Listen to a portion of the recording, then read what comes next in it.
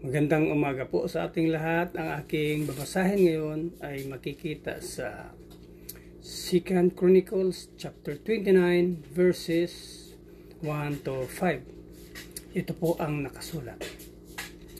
Si Hezekiah ay 25 taong gulang nang maging hari.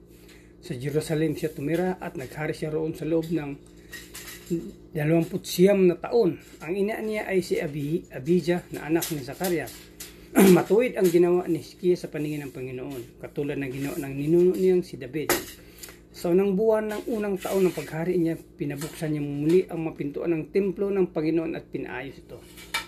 Ipinatawag niya ang mga pari at mga levita at pinatipon sa loob ng bakuran sa bandang silangan ng templo.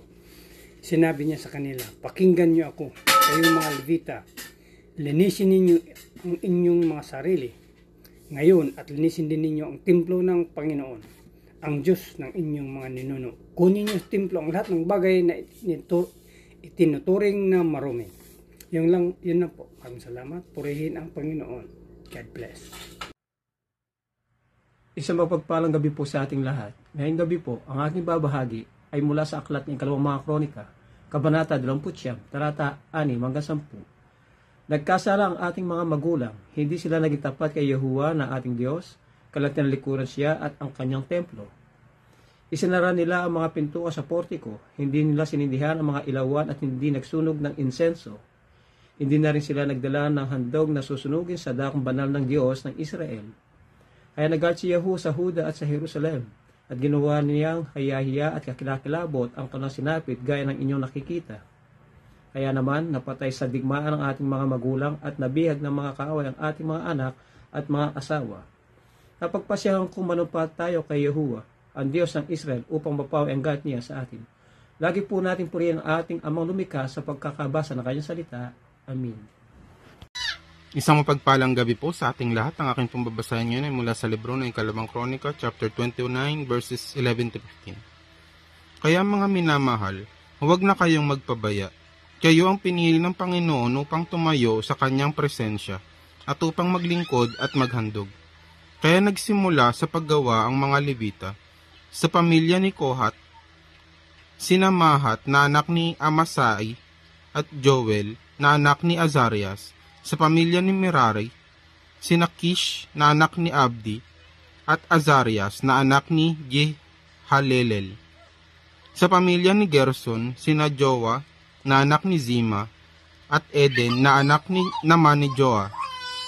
Ang angka ni Elizaphan, sina Simri at Jeriel. Sa angka ni Asaph, sina Zacarias at Matanias. Ang angka ni Heman, sina Jehiel at Simei. Sa angka ni Jeduthun, sina Semaías at Uziel. Tinipon nila ang kanilang mga kadugong Levita at nilinis nila ang kanilang sarili. Nilinis din nila ang templo ng Panginoon ayon sa iniutos ng hari. Sinunod nila ang sinabi ng Panginoon. Amen. God bless po. Magandang gabi po sa ating lahat. Ang babasahin ko po ngayon ay mula po sa Ikalawang Kronika, chapter 29, verse 16 to 20. Pumasok ang mga pari sa templo ng Panginoon upang linisin ito. Inilagay nila sa bakuran ng templo ang lahat na kanilang nakitang kagamitang marurumi. At dinala ito ng mga Levita sa lambak ng Kedron. Sinimulan nilang maglinis sa unang araw ng unang buwan. At ng ikawalong araw, umabot sila sa balkonahin ng templo ng Panginoon. Ipinagpatuloy nila ang paglilinis sa loob pa ng 8 araw at natapos nila ang paglilinis sa 16 na araw ng buwan ding iyon. Pagkatapos, pumunta sila kay Haring Ezekias at sinabi, "Mahal na hari, nalinis na po namin ang buong templo ng Panginoon, pati ang altar na pagsusunugan ng mga handog na sinusunog at ang lahat po ng kagamitan nito. At ang mesa na pinaglalagyan po ng tinapay na inihahandog at ang lahat ng kagamitan nito. Naibalik na rin po namin ang lahat ng kagamitang tinanggal ni Haring Ahas ng mga panahong hindi siya naging matapat sa Diyos. Nilinis na po namin ang mga ito at handa ng gamitin. Naroon na po ang mga ito ngayon sa harapan ng altar ng Panginoon. Kinabukasan, maaga pa'y tinipunan ni Haring Ezekias ang mga opisyal ng lungsod at pumunta sila sa templo ng Panginoon. Amen. God bless po. Gandang umaga po sa ating lahat. Aking share sa inyo ay makikita sa ikadalawang mga kronika, kabanata 29, talata 21 hanggang 25. Ito po ang sinasabi. Nagdala sila ng 7 turo, 7 lalaking tupa, 7 batang tupa at 7 lalaking kambing bilang handog sa paglilinis para kanilang kaharian sa templo at sa mamamayan ng Juda. Inutusan ni Haring Hezekiah ang mga pare na mula sa angkan ni Aaron para ihandog ang mga iyon sa altar ng Panginoon. Kaya kinatay ng mapari ang mga turo at iwinisik ang dugo nito sa altar. Ganoon din ang ginawa ng mga lalaking tupa at mga batang tupa. Ang mga kambing na handog sa paglilinis ay dinala nila sa hari at sa mga tao at sa kanilang pinatong ang kanilang mga kamay sa mga kambing. Pagkatapos kinatay ng mga pari ang mga kambing at ibinuhusan dugo nito sa altar bilang handog para sa paglilinis ng kasalanan ng lahat ng mga Israelita. Sapagat nag-utos ang hari na mag-alay ng mga handog na sinusunog at mga handog na paglilinis para sa lahat ng Israelita. Pagkatapos nagtalaga si Hezekiah ng mga Levita sa templo ng Panginoon na may mga pumpyang, alpa at mga hilera. Ito'y ayon sa utos ng Panginoon kay Haring David sa pamamagitan ni Gad na propeta ni David at kay propeta Nathan. Yan lang po. Maraming salamat. God bless. Hello po, good evening. Ang aking Bible verse for today is from 2 Chronicles chapter 29 verses 26 to 30. Nakatayo doon ang mga Levita na may hawak na mga panugtog na ginamit ni David at ang mga pari naman ang may hawak ng mga trompeta. Iniutos ni Ezekias na ialay sa altar ang handog na susunugin. Kasabay ng paghahandog, inawit ang papuri kay Yahweh sa saliw ng trompeta at mga instrumento ni David. Ang buong kapulungan ay sumamba. Umawit ang mga awit at hinipan ang mga trompeta hanggang sa matapos ang pagsusunog ng mga handog. Pagkatapos, ang hari naman at ang kanyang mga kasama ang nagpatirapa at sumamba sa Diyos. Iniutos ni Haring Ezekias at ng mga pinunong kasama niya sa mga Levita na awitin para kay Yahweh ang mga awit at papuring likha ni Haring David at ng propeta niyang si Asaph. Buong galak silang umawit ng papuri, nagpatirapa at sumamba sa Diyos. Amen. Ang mabuting balita ng ating Panginoon. God bless.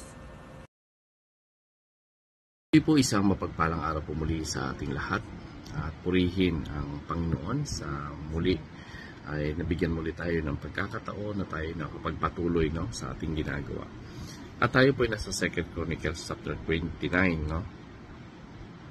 at natin mo basahin ay 31 to 35 So sabi po dito, pagkatapos sinabi ni Hezekiah, ngayon ihandog niyo na ang inyong sarili sa Panginoon. Magdala kayo ng mga handog kasama ang mga handog ng pasasalamat sa templo ng Panginoon.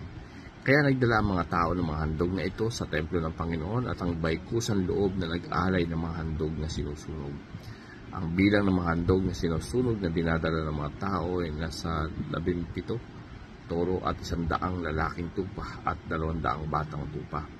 Nagdala rin sila ng iba pang handog na 600 toro at 3,000 tupa at kambing. Pero kaunti lang mga pari na nagkakatay ng mga hayop na ito, kaya tumulong sa kanilang mga kamag-anak.